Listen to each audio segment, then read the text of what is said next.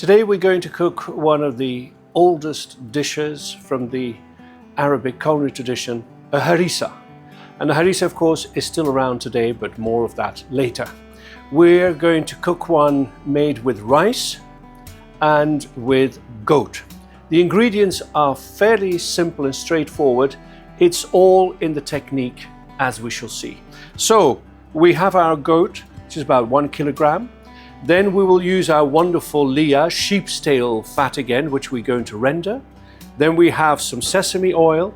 We have the most famous condiment from the Middle Ages, murri, and salt.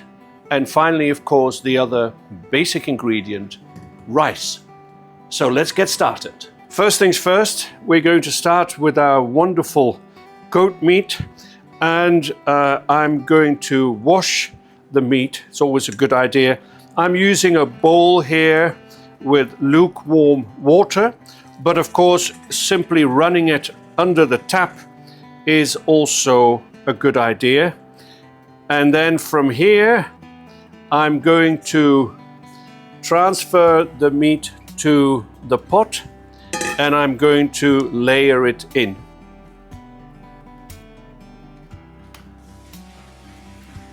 Now that the meat is in the pot, I'm going to add enough water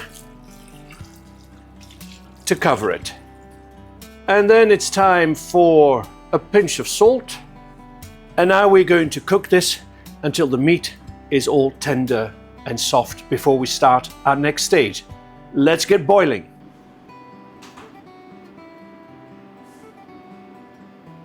Well, this is coming along very nicely.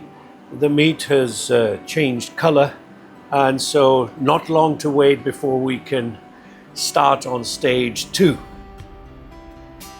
The time has come again to use our wonderful sheep's tail fat, our alia or leah as it's called today, and we're going to once again, of course, render it before using it, and going to simply heat that up until it turns liquid.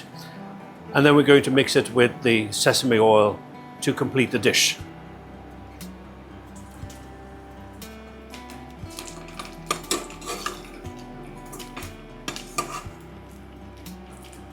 Right, so we've rendered the required quantity of our sheep's tail fat. And now I'm just going to transfer it to the bowl. Right, our meat is now done, and I'm going to take it off the hob and remove it from the pot and give it a good bashing in the mortar. We want to make sure that we keep the broth in the pot because we're going to use the broth in the next stages.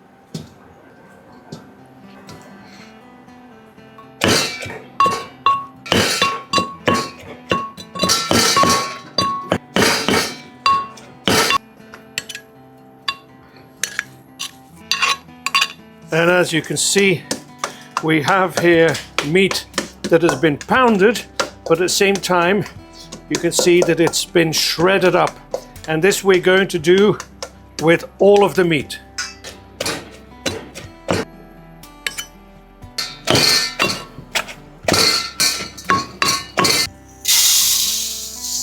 Our rice, but before we are going to use it, we are going to wash it 3 times. How do we do that? Well, I'm simply going to pour on some cold water.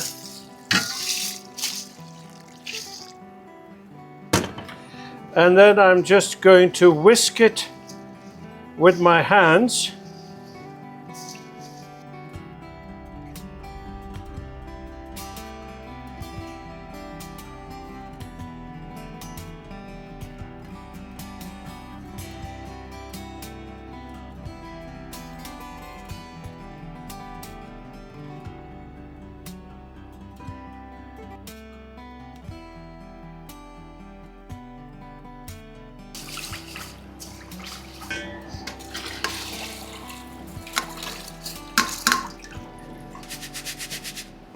Okay, we're now left with the broth that was set aside.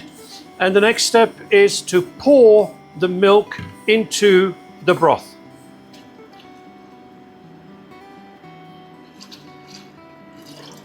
So now our milk and broth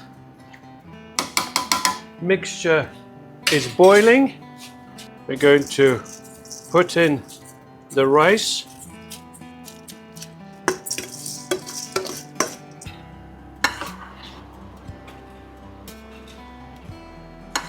The rice is done, and now it's time to merge the two, i.e.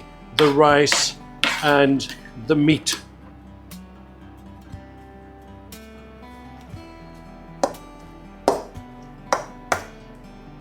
Now we're going to beat this vigorously while it's on the heat until we have the required consistency.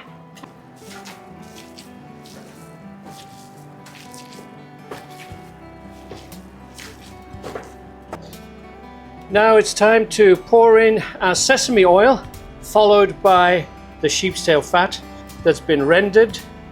And I'm just going to add just a little bit in proportion to the sesame oil. And then we're going to mash it and crush it some more before serving. So here we have it, an Abbasid rice harisa with goat's meat. And in the middle, this is how the harisa would normally be eaten. We have some murri, the so-called Arab garam.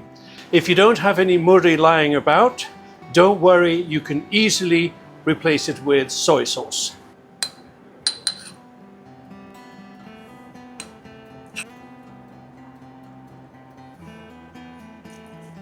Quite tangy, even an umami flavor. Very nice.